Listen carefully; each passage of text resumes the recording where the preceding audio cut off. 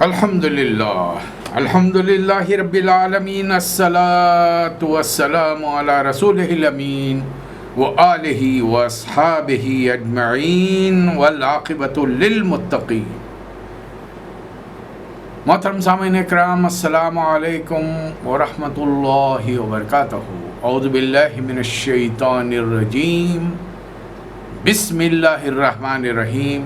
وقال فرعون ذروني اقتل موسى وليدع ربه اني اخاف ان يبدل دينكم او ان يظهر في الارض الفساد وقال موسى اني عصت بربي وربكم من كل متكبر لا يؤمن بيوم الحساب وقال رجل مؤمن من آل فرعون يكتم إيمانه اتقتلون رجلا ان يقول ربي الله وقد جاءكم بالبينات من ربكم وان يكن كاذبا فعليه كذبه وان يكن صادقا ويصبكم بعض الذي يعدكم ان الله لا يهدي من هو مسرف كذاب۔ صدق اللہ مولانا۔ مکہ مکرمہ ہے، نبی کریم صلی اللہ علیہ وسلم کی تبلیغی زندگی کا چھٹا سال آخری مراحل میں ہے۔ ہجرت حبشہ ثانی ہو چکی ہے۔ 100 افراد مکے سے نکل کر حبشہ چلے گئے۔ تو مکے میں کیا ہیجان، کیا بھونچال مچا ہوگا، اور ہر کوئی انتہائی جذبات سے مغلوب ہو کر غصے میں، غیظ میں، غضب میں، اور سارا غصہ اسلام پر اور اسلام پیش کرنے والے حضور اکرم صلی اللہ علیہ وسلم پر۔ ایسے موقع پر کچھ واقعات ہوئے، اور اللہ تعالیٰ ایسے موقع پر کچھ اور لوگ بھی تھے جو مکے کی آبادی میں دل سے سمجھتے تھے کہ نبی کریم صلی اللہ علیہ وسلم حق لے کر آئے، لیکن وہ جو صحابہ اکرام پر ظلم و ستم ہوتا ہوا دیکھتے تو وہ ڈر جاتے تھے، اپنے میں اتنی ہمت نہیں پاتے تھے کہ اظہار کر سکیں اپنے آپ کو کھلم کھلا دنیا والوں کے سامنے اسلام کا علم بردار کہہ سکیں۔ اس زمانے میں جو واقعات ہوئے اس پر گفتگو ہوگی۔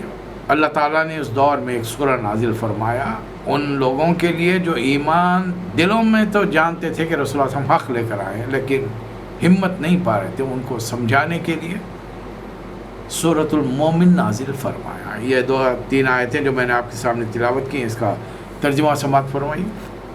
اور ایک دن فرعون کہنے لگا اپنے درباریوں سے، چھوڑو مجھے، میں موسیٰ علیہ السلام کو قتل کر دوں۔ وہ پکارے اپنے رب کو، مجھے اندیشہ ہے یہ تمہاری زندگی کا نظام دین بدل دے گا اور ملک میں فساد برپا کرے گا۔ یہ دراصل 8-10 سال کی تبلیغ کے بعد کا واقعہ ہے۔ روز موسیٰ علیہ السلام دربار میں پہنچ جاتے ہیں، لاٹھی پھینکتے ہیں، اعضاء بن کے بیٹھ جاتی ہے۔ ازمپشن، تصور سے کام لیجیے۔ ایسا نہیں تھا کہ مدین سے پہنچے اور دوسرے تیسرے دن واقعہ ہو گیا، اس لیے کہ درمیان میں بہت ساری باتیں ہوئی ہیں۔ کئی رسول حضرت موسیٰ علیہ السلام کی دعاؤں سے ملک میں مینڈک پھیل گئے، ملک میں سرسریاں پھیل گئی، ملک کا چشموں کا، کنووں کا پانی خون بن گیا۔ اب اس میں کئی مہینے، کئی سال لگ گئے، بے شمار معجزے بتائے۔ اب ایک معجزہ آئی ہوئی ہے، لاٹھی ڈالتے ہیں، اعضاء بن جاتا ہے، بازو بیٹھ جاتا ہے۔ اب اتنے دنوں سے دیکھتے ہوئے ڈر تو ہے اس کا کہ کہیں کوئی چھوئے گا تو وہ پکڑ لے گا، لیکن اب مسلسل کسی چیز کو دیکھتے ہوئے ڈر بھی نکل جاتا، لیکن ڈر ہے اندر، دل کے کسی کونے میں ڈر چھپا ہوا ہے۔ اور فرعون اس کے اظہار میں ایک جھجک محسوس کر رہا ہے، اس لیے کہہ رہا ہے، دیکھیے، مجھے چھوڑو۔ ارے بھائی، تجھے کس نے پکڑا ہے؟ کس نے پکڑا ہے تجھے؟ تو بہتاج بادشاہ ہے۔ کیا بچوں کو قتل کرنے کا، معصوم بچوں کو جو ابھی پیدا ہوئے ماں کے پیٹ سے دنیا میں آ کے چند انچ کا فاصلہ طے کر کے دنیا میں آئے ہیں، جو 40 دن تک لڑکا ہو یا لڑکی کا کروٹ نہیں لے سکتے، وہ تیری سلطنت کے لیے کیسے خطرہ بنے گا؟ تو نے ان کے قتل کا حکم بے درخت جاری کر دیا۔ اب موسیٰ علیہ السلام کو قتل کرنے کے لیے بس ایک اشارہ کافی ہے، جو جلاد تیرا دربار میں کھڑا ہے گردن اڑا دے گا، لیکن دل میں ڈر ہے کہیں اگر میں کوئی خلاف موسیٰ علیہ السلام کے اقدام کرتا ہوں تو پتہ نہیں اژدہا کیا کرے گا۔ تو اس خوف کو چھپانے کے لیے کہ مطلب یہ ظاہر کرا دنیا والوں کے سامنے کچھ لوگ مجھے روک رہے ہیں ورنہ تم لوگ مجھے چھوڑ دو، میں موسیٰ کو قتل کروں، یہ پکارے اپنے رب کو، ورنہ اسے اندیشہ کیا ہے، لوگوں کو کیا باور کرا رہا ہے، میں نے جو نظام زندگی تمہیں دیا ہے یہ بدل دے گا۔ یعنی اسلام ان کے نزدیک قابل قبول نہیں ہے آج کے دور میں، غور کر کے دیکھیے۔ یا پھر ملک میں فساد ہو، حالانکہ ملک اسلام امن پھیلاتا ہے، لوگوں کو حقوق دیتا ہے، عدل و انصاف سے کام لیتا ہے۔ جیسے ہی موسیٰ علیہ السلام نے فرعون کا یہ ایٹیٹیوڈ، یہ رویہ دیکھا تو خیال آیا کہ کم بخت ہے، متکبر، ظالم، کوئی بعید نہیں کوئی اقدام کر دے، فوری زبان سے نکلا، میں نے ہر اس متکبر کے مقابلے میں جو قیامت کے دن پر ایمان نہیں رکھتا، اپنے رب کی اور اے دربار والوں تمہارے رب کی پناہ لے لی ہے۔ سچویشن بہت ہی سیریس ہو چکی ہے، غیر معمولی، گمبھیر، سنجیدہ، دربار ایک دم ٹینشن کے اندر ہے۔ لیکن ایسے موقع پر ایک شخص اٹھتا ہے جس کے بارے میں قرآن کے الفاظ سنے، وقال رجل، مرد اٹھتا ہے، مومن، دل میں ایمان لایا تھا، چھپایا ہوا تھا۔ کون تھا وہ؟ من آل فرعون، فرعون کے خاندان کا تھا، ظاہر ہے کسی بڑے عہدے پر ہو۔ دنیا میں یہی ہوتا ہے، کسی کو اچانک حکومت مل جائے تو اپنے من پسند لوگوں سے عہدوں کو نوازنا شروع کر دیتا ہے۔ تو اس نے بھی کوئی بہت بڑا عہدہ دیا ہوگا، رشتہ داری بھی ہے، عہدہ بھی ہے، لیکن یہ جو شخص تھا وہ فرعون کا رشتہ دار، دل سے ایمان لاتا، اپنے ایمان کو یکتمو ایمانہ، اپنے ایمان کو چھپایا ہوا تھا، بے اختیار بول اٹھا، اتقتلون رجلا، کیا تم ایک شخص کو اس لیے قتل کرو گے کہ وہ کہتا ہے کہ میرا رب اللہ ہے؟ حالانکہ وہ اگر تمہارے رب کی طرف سے کوئی کھلی نشانیاں لے کر آیا ہے، وہ تو لے کر آیا ہے، اگر وہ جھوٹا ہے تو اس کے جھوٹ کا وبال اسی پر پڑے گا، اور اگر سچا ہے تو جن چیزوں کے بارے میں وہ قیامت میں خبردار کرا وہ تو تم پر آ کے رہے گی۔ یہ 3 آیتوں کا ترجمہ۔ اب مکے میں ہوا کیا تھا ان دنوں میں؟ باقاعدگی سے نبی کریم صلی اللہ علیہ وسلم ایک بار راستے سے گزر رہے ہیں، اب مختلف روایات ہیں اس کی، صفا کے پاس سے جو کعبۃ اللہ کے قریب ہے وہاں سے گزر رہے ہیں۔ دوسرے روایت میں ہے کہ یہ ابن اسحاق سیرت کے بہت بڑے سیرت نگار ہیں رحمۃ اللہ علیہ، جحون، یہ بھی مکے میں وہیں پر قریب کا ایک مکان ہے، وہاں سے نبی صلی اللہ علیہ وسلم گزر رہے ہیں کہ اچانک ابو جہل سے آمنا سامنا ہو گیا۔ مال، دولت، سرداری، کبر، انسان کو کبر و غرور میں مبتلا کر دیتے۔ اب پتہ نہیں دماغ میں کیا شیطانی وسوسہ گھس گیا کہ اس نے بے اختیار نبی صلی اللہ علیہ وسلم کے ساتھ بہت ساری بدتمیزیاں کری، بے شمار گستاخیاں کی، گستاخانہ کلمات کہے آپ کے بارے میں، آپ کے لائے ہوئے دین کے بارے میں، جو بول سکتا تھا بول گیا۔ نبی صلی اللہ علیہ وسلم نے کوئی جواب نہیں دیا۔ یہاں ہمارے لیے سبق ہے، ہر کسی کی بات کا جواب نہیں دیا جاتا۔ کیچڑ میں پتھر ماریں گے تو چھینٹے 2-4 تو کپڑوں پر بھی ہمارے پڑیں گے۔ اسی لیے قرآن نے کیا حکم دیا؟ وَإِذَا خَاطَبَهُمُ الْجَاهِلُونَ قَالُوا سَلَامًا، تم پر سلام تھی وہ کہتے ہوئے نکل جائے۔ لیکن ظاہر ہے بازار میں یہ معاملہ ہو رہا ہے تو بہت سارے لوگ دیکھ رہے ہیں۔ اب مختلف روایات ہیں کہ عبداللہ بن جدعان بنی تیم کے ایک رئیس کی آزاد کردہ لونڈی تھی، اس نے کسی نے کہا کہ حضرت حمزہ کی رسول اللہ صلی اللہ علیہ وسلم کی پھوپھی حضرت صفیہ نے راستہ چلتے ہوئے دیکھ لیا، یا ایک روایت یہ بھی ہے کہ ابو جہل کی ابو لہب کی لونڈی نے دیکھ لیا وغیرہ، گھر کی کوئی عورت تھی، باہر جا کر اس نے، وہ راستے سے جا رہی تھی، اسے نظر پڑی حضرت حمزہ رضی اللہ بھی ایمان نہیں لائے ہیں، شکار کھیل کر باہر سے آ رہے تھے۔ اب اس نے ابو جہل سے تو تقریباً مالدار ہے، بڑا سردار ہے، لیکن اپنی بد اخلاقی اور بد کلامی کی وجہ سے لوگوں کی نفرت کا شکار رہتا ہے۔ اب اس عورت نے یقیناً حضرت حمزہ سے شکایت کر دی، ارے تمہارے بھتیجے کے ساتھ وہ آج ایسی بدتمیزی کر رہا۔ حضرت حمزہ کو آ گیا جوش، مکے کے شہ سواروں میں، شہ زوروں میں، بہادر آدمیوں میں ان کا شمار ہوتا تھا۔ نبی صلی اللہ علیہ وسلم سے 2-4 سال بڑے ہیں، اور رسول اللہ صلی اللہ علیہ وسلم کے دودھ شریک بھائی ہیں۔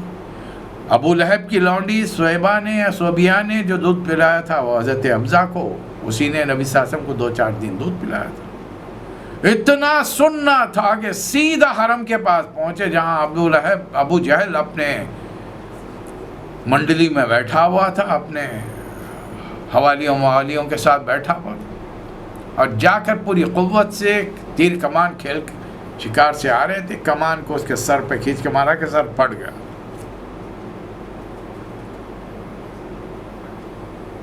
اب اس کے لوگ آگے بڑھے، اور حضرت حمزہ نے جوش میں اس سے کہہ دیا، تو ان کو گالیاں دیتا ہے؟ اب بول، میں بھی انہی کے دین پر ہوں، اور وہی کہتا ہوں جو وہ کہتے ہیں، تجھ میں ہمت ہے تو وہی گالیاں ذرا مجھے دے کر بتا۔ آدمی کو جب غصہ ہو تو بہت ساری باتیں نہ چاہتے ہوئے بھی اس کے منہ سے نکل جاتی ہیں، جوش میں، جذبے میں۔ اس کے ساتھی حضرت حمزہ کو پکڑنے کے لیے بڑھے، لیکن ابو جہل بڑا دانشمند، بڑا ہوشیار تھا۔ یاد رکھیے، he was a genius of his time. رسول اللہ علیہ وسلم کی نبوت کے اظہار سے پہلے مکے کے لوگ اسے ابو الحکم کہتے تھے، حکمت کا باپ۔ اللہ نے اتنی سمجھداری، اتنی دانشمندی دی، لیکن وہ اپنے ہم عمر، اپنے ساتھی رسول اللہ صلی اللہ علیہ وسلم کی بات کو اور ان کے کردار کو پہچان نہیں سکا، سمجھ نہیں سکا۔ اپنی خاندانی عصبیت، قبیلے واریت کی بنیاد پر وہ دین اسلام کی نہ صرف اس نے دور رہا، بلکہ اتنی دشمنی کی کہ آخر میں نبی کریم صلی اللہ علیہ وسلم نے اسے ابو جہل کا خطاب دے دیا اور فرمایا کہ میری امت کا فرعون ہے۔ اس نے روک دیا اپنے ساتھیوں کو، نہیں، واقعی میں نے آج ابو عمارہ، یہ حضرت حمزہ کی کنیت تھی، ابو عمارہ، ان کو چھوڑ دو، آج واقعی میں نے ان کے بھتیجے کو بہت بری طریقے سے بدتمیزی ان کے ساتھ کی ہے۔ اور پھر ابن حاتم وغیرہ کی طبرانی کی حدیث یہ ہے کہ، روایت یہ ہے کہ حضرت حمزہ نے فرمایا، میرا دین بھی محمد کا ہے، مجھے اس سے روکو، تو اگر تم روک سکتے ہو تو روکو۔ اب اس کے بعد میں نبی کے حضرت حمزہ سیدھا گھر چلے گئے۔ جانے کے بعد ذرا سکون ہوا تو بڑی پریشانی ہوئی، یہ میں نے کیا کہہ دیا بھائی؟ تھوڑی دیر بیٹھے سوچتے رہے، پھر اس کے بعد میں اٹھ کے نبی صلی اللہ علیہ وسلم کے پاس گئے اور جا کر کہا کہ بھتیجا خوش ہو جاؤ۔ نبی صلی اللہ علیہ وسلم نے فرمایا کس لیے؟ کہنے لگے اس نے جو بدتمیزی کی تھی میں نے اس کا بدلہ لے لیا۔ اور رسول اللہ صلی اللہ علیہ وسلم نے فرمایا چچا مجھے اس کی کوئی خوشی نہیں، اس کی کوئی اہمیت نہیں ہے میرے پاس۔ مزے کی بات تو یہ ہے کہ اگر آپ اس چیز کو قبول کر لیں جو میں لے کر آیا۔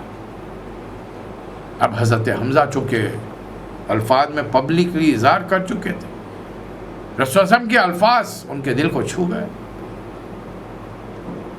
ظاہر ہے کچھ مزید بات چیت بڑی ہوگی، نبی صلی اللہ علیہ وسلم نے اسلام کی دعوت پیش کی، اللہ نے دل کو کھول دیا، اسلام لے کر آیا۔ ایک اور واقعہ، مکے میں دوسرا نوجوان جو نبی کریم صلی اللہ علیہ وسلم سے 13.5 سال چھوٹا ہے، اپنے قبیلے کا سردار ہے، بہت زبردست پرسنالٹی، خد خامت ڈیل ڈور، اور ہر فیلڈ میں، ہر میدان میں مہارت ہی مہارت. شاعری کے میدان میں اور بہترین اشعار یاد ہیں، شاعروں کا اچھا جج کرنا.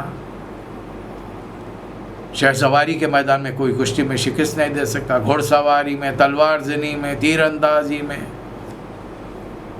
ایک ایک چیز. پیشے کے اعتبار سے ریشم کا تھا، اور ریشم کی تجارت کے لیے بہت آدمی کو کینلی آبزرور ہونا پڑتا ہے، بہت باریک بین ہونا پڑتا ہے. ذری سی غلطی ہزاروں کا یا تو فائدہ کرا دے گی یا نقصان کرا دے گی. اب یہ نوجوان نے جب دیکھا کہ اس کے خاندان کے لوگ ہجرت کر کے چلے گئے، وہ میں نے واقعہ سنایا تھا نا، وہ نوجوان اپنے رشتہ دار حضرت لیلا کے گھر گئے، دیکھا کہ وہ سامان بن رہے. پوچھا کیا ہوا؟ ہم جا رہے ہیں چھوڑ کے، تم لوگوں نے بہت ستایا. اب اس دن یہ غصے سے بے قابو ہو گیا کہ ہاتھ میں تلوار دی، ننگی تلوار لے کر بازار میں جا رہے ہیں، آج میں اس صحابی کو قتل کر دوں. عرب کے لوگ صحابی اسے کہتے تھے جو باپ دادا کے دین کو چھوڑ کر نیا دین ایجاد کرے. نبی صلی اللہ علیہ وسلم تو اسلام کو لائے ہیں، نیا دین تو نہیں کہہ سکتے ہم، لیکن ان کے لیے نیا ہے. رسول اللہ علیہ وسلم کا لایا ہوا دین تو حضرت آدم علیہ السلام کے زمانے کا ہے، لیکن انہوں نے چونکہ درمیان میں کئی سو سال سے گھڑے ہوئے دین پر عمل کرنا شروع کیا تو رسول اللہ علیہ وسلم کی تعلیمات نہیں نظر آ رہی. جا رہے ہیں کہ راستے میں ان کو ان کے ایک رشتہ دار ملے.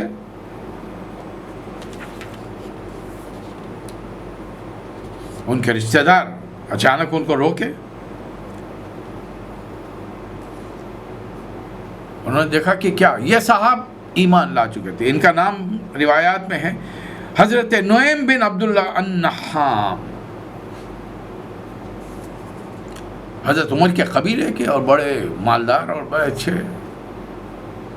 پوچھا کہاں جا رہے ہو عمر؟ کہنے لگے آج میں اس صحابی کو قتل کر دوں. ان کو واقعی ڈر ہو گیا کہ بھئی جا کر یہ دست درازی لے کر دیکھیے صحابہ اکرام کی تعداد بہت گنتی کی رہ گئی ہے مکے میں. 100 ہجرت کرنے کے بعد میں اب بڑے گنتی کے لوگ رہ گئے ہیں، اور پھر حضرت عمر جیسے شہزور سے مقابلہ کرنا ہے عام آدمی کے بس کی بات نہیں ہے. تو انہوں نے بات کا رخ موڑنے کے لیے کہا ارے وہاں کیا قتل کرنے کے لیے جا رہے، پہلے اپنے گھر کی خبر لو. گھر کی کیا ہوا میرے گھر کو؟ ارے تمہاری ہمشیرہ بہن.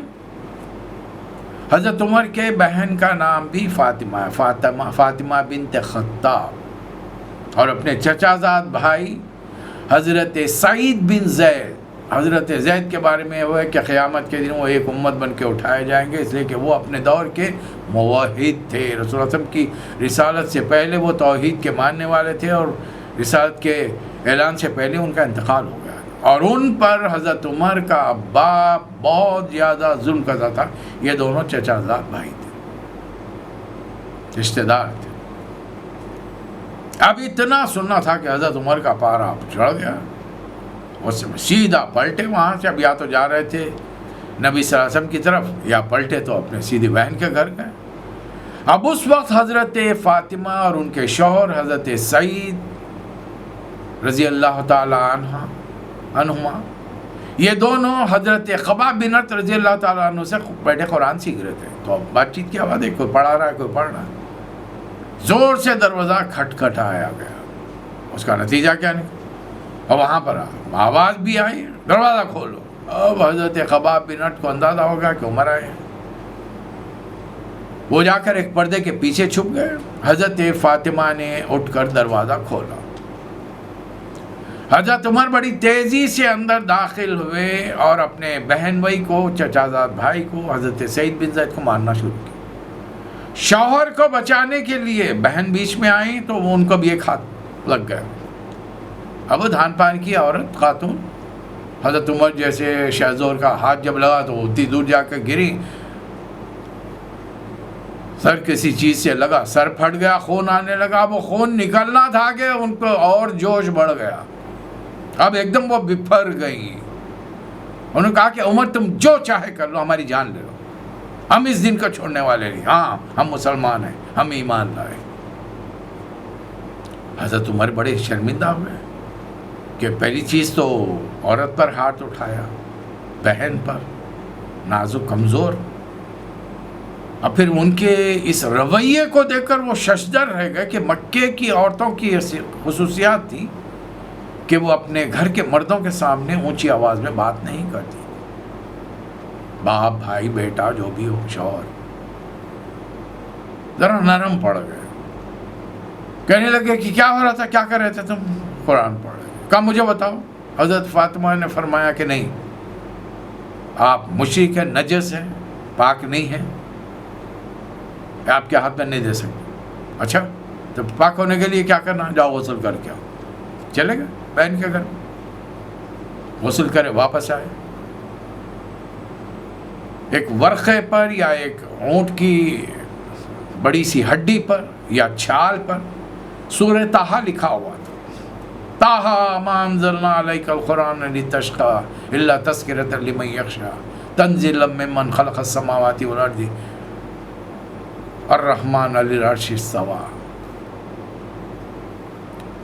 بڑا پیارا کلام ہے، اب ذرا نرم پڑھ چکے تھے، بڑا خوبصورت کلام ہے۔ میں نے عرض کیا نا کہ شاعری سے بڑا شوق تھا، دلچسپی تھی، سنتے تھے، کرتے نہیں تھے، سنتے تھے۔ ظاہر ہے شعر فہمی جسے ہو، اصل شاعری جو ہے وہ انسانی زندگی کے مسئلوں کا حل پیش کرنا، یہ ہے، عقیدوں سے بات کرنا ہے۔ اب شاعری میں بہت ساری چیزیں گھس کے آ گئی ہیں تو یہ اور بات ہے، اس سے شاعری بدنام ہو گئی ہے۔ غزل نے ایک ہی موضوع لیا، عورت کی تعریف، اب اس کے جسم کے انگ انگ کی ایک ایک جز کی تعریف کی جا رہی ہے، تو پھر اب فحاشی میں اس میں فرق کیا رہے گا؟ یا پھر اب کسی سے انعام کے لالچ میں اب اس کے وہ بڑھا چڑھا کر شان بیان کی جا رہی، وہ صفات اسے وابستہ کی جا رہی جو ان میں دور دور تک نہیں پائی جاتی، قصیدے، کسی کے غم میں وہ باتیں کہنا جو حقیقت نہیں ہے، مرثیہ۔ اب کسی سے دشمنی ہو جائے تو گالی گلوچ پر اتر آنا، جو شاعری کی مختلف قسمیں ہو گئی، ورنہ شاعری بری چیز نہیں ہے۔ ان الشعر الحکمہ، رسول اللہ صلی اللہ علیہ وسلم کا ارشاد ہے۔ حضرت عمر کا یہ جملہ سنا پر کہ کیا بہترین کلام ہے۔ حضرت خباب بن ارت رضی اللہ تعالی عنہ پردے کے پیچھے سے نکل کر آئے، عمر میں نے کل ہی حضور اکرم صلی اللہ علیہ وسلم کو دعا کرتے سنا ہے۔ رسول اللہ صلی اللہ علیہ وسلم دعا فرما رہے تھے کہ یا اللہ، عمر بن ہشام ابو جہل یا عمر بن خطاب، ان دو میں سے کسی ایک کو اسلام کی جھولی میں ڈال دے۔ کیا وجہ ہے؟ دونوں اپنے وقت کے جینیس، بہادر، بے خوف، کسی سے ڈر خوف نہیں۔ ڈر تو صدیق اکبر کو بھی نہیں تھا، لیکن مزاج کی نرمی ہے، فرق ہے نا، مزاج کی نرمی ہے۔ ہر جگہ نرمی کام نہیں آتی، بہت ساری جگہوں پر آپ کو سختی سے کام لینا پڑتا ہے۔ اپنے اولاد کے معاملے میں آپ کو لینا پڑے گا، سمجھائیے، مروتیں 1 2 10، ایک لمٹ کے بعد میں جو آپ کا صبر کا پیمانہ لبریز ہو جائے گا تو پھر آپ کیا کریں گے؟ سختی کرنی پڑے گی، سختی ہوتی۔ آخر کار جب یہ سنا تو پوچھا کہاں ہے؟ حضرت خباب بن ارت رضی اللہ تعالیٰ عنہ نے بتایا کہ یہ اس وقت دار ارقم میں، ایمان لانے والے وہاں جمع ہو جاتے، نبی صلی اللہ علیہ وسلم دین سیکھتے سکھاتے۔ حضرت عمر ویسی اپنی تلوار ہاتھ میں لیے پہنچ گئے، دروازہ کھٹکھٹائے گا، کسی نے دروازے کے بیچ میں سے سان میں سے دیکھا اور رسول اللہ سے کہا کہ رسول اللہ صلی اللہ علیہ وسلم بیٹھے ہوئے ہیں، تمام صحابہ کرام ہیں، بازو رسول اللہ صلی اللہ علیہ وسلم کے حضرت حمزہ بیٹھے ہوئے ہیں، عمر آئے ہیں، ہاتھ میں ننگی تلوار ہے۔ نبی صلی اللہ علیہ وسلم نے حضرت حمزہ نے فرمایا کہ دروازہ کھول دو، آنے دو اسے، نیک ارادے سے آیا تو ٹھیک ہے، ورنہ ہم اس کو اس کی تلوار سے قتل کریں گے۔ دونوں شہسوار ہیں، دونوں شہزور ہیں اپنے اپنے دور کے۔ حضرت عمر داخل، دروازہ کھول دیا گیا، حضرت عمر آئے، بڑا سا ہال ہے۔ نبی کریم صلی اللہ علیہ وسلم بڑی تیزی سے اپنی جگہ پر کھڑے رہے اور قدم، بڑے بڑے قدم ڈالتے ہوئے آگے بڑھے، حضرت عمر کے قریب پہنچ گئے، باوجود یہ کہ ان کے ہاتھ میں ننگی تلوار ہے۔ ان کے گریبان کو پکڑ کر جھنجھوڑ دیا اور فرمایا کہ عمر ابھی ایمان لانے کا وقت نہیں آیا. تو عرض کیا کہ اللہ کے رسول میں ایمان لانے کے لیے حاضر ہوا ہوں. صحابہ اکرام نے زور سے نعرہ تکبیر بلند کیا. حضرت عبداللہ بن عباس رضی اللہ تعالی عنہ فرماتے ہیں کہ جس دن سے حضرت عمر ایمان لائے ہیں اسلام نے طاقت پکڑنی شروع کر دی. اس دن شام میں جبرائیل تشریف لائے. رسول اللہ صلی اللہ علیہ وسلم کو اطلاع دی کہ عمر بن خطاب رضی اللہ تعالی عنہ کے ایمان لانے کی آسمانوں پر خوشیاں منائی جا رہی. یہ واقعہ ہو گیا. 2 بڑی شخصیتیں دائرہ اسلام میں داخل ہو گئے. ایک دن حضرت عمر نے پوچھا کہ اللہ کے رسول ہم یہ نماز یہاں کیوں پڑھ رہے ہیں, کعبے کے پاس کیوں نہیں پڑھے؟ نبی صلی اللہ علیہ وسلم خاموش ہو گئے. اس کا مطلب ہے کہ خاموشی نہیں رضامندی. اب جتنے صحابہ وہاں تھے, اچھا اس موقع پر حضرت عمر جو فرماتے ہیں اس موقع پر میں 40واں تھا کہ فائن نو ایشوز, لیکن 40ویں نمبر کے نہیں ہیں, یا تو پھر 140 میں پہ لیجیے یا پھر 240 لیجیے آپ. 40واں نمبر ہو جائے اس سے کہ 100 تو چلے گئے ہیں وہاں پر, روایات سے ثابت ہے. پھر حضرت عمر 40 کیسے ہوں گے؟ ہاں اب جو بچ گئے ہیں ان میں 39 وہاں پر رسول اللہ صلی اللہ علیہ وسلم کے ساتھ بیٹھے ہوں گے. حضرت عمر چلے گئے 40 ہو گئے. الحمدللہ.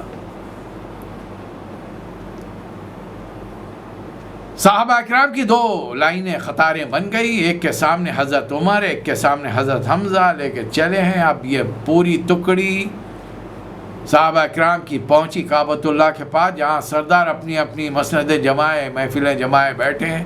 دنگ و حیران رہ گئے اور جا کر پہلی مرتبہ کعبۃ اللہ کے پاس مسلمانوں نے نماز ادا کی. یہ ہے. اب دیکھیں مکے میں اور ایک بے چینی پھیل گئی. 2 بڑے سردار. اب حضرت عمر کو جب وہ ایمان لائے اور رسول اللہ صلی اللہ علیہ وسلم کے پاس آئے, دار ارقم میں ایمان لائے, گھر گئے, بیٹے کو بلایا حضرت عبداللہ بن عمر رضی اللہ تعالیٰ عنہ. پوچھا بیٹا یہاں پر نیوز پیپر کون ہے؟ مطلب سوری اس زمانے میں نیوز پیپر نہیں تھا, پھر بھی میں بعض لوگ ہمارے دوستوں میں, رشتہ داروں میں, عزیزوں میں, ہمارے دفتروں میں, کام کی جگہوں پر نیوز پیپر ہوتے ہیں. آپ ایک بات ان کو بول کے چھوڑیے, شام تک پورے دفتر میں, پورے محلے میں, پورے خاندان میں پھیلا دیں. اب آج کل تو کہیں جانے کی بھی ضرورت نہیں ہے. واٹس ایپ فوری تصدیق کرے بغیر واٹس ایپ کے اوپر بات کو پھیلا دیا. پرانے زمانے لوگ ہوتے تھے. تو حضرت عبداللہ بن عمر, اب یہ تو بچے ہیں باہر گھومتے رہتے ہیں, کہا کہ فلاں شخص ہے وہ یہ کام کرتا, کہا کہ بلا کے لاؤ اس کو. حضرت عبداللہ بن عمر گئے, اس کو بلایا, ابا بلا رہے. اب اسے کیا معلوم کہ کیا, وہ تو حضرت عمر کو وہی سمجھ رہا ہمارے اپنے دین کے بڑے سردار ہیں, اپنے قبیلے بنو عدی کے سردار ہیں.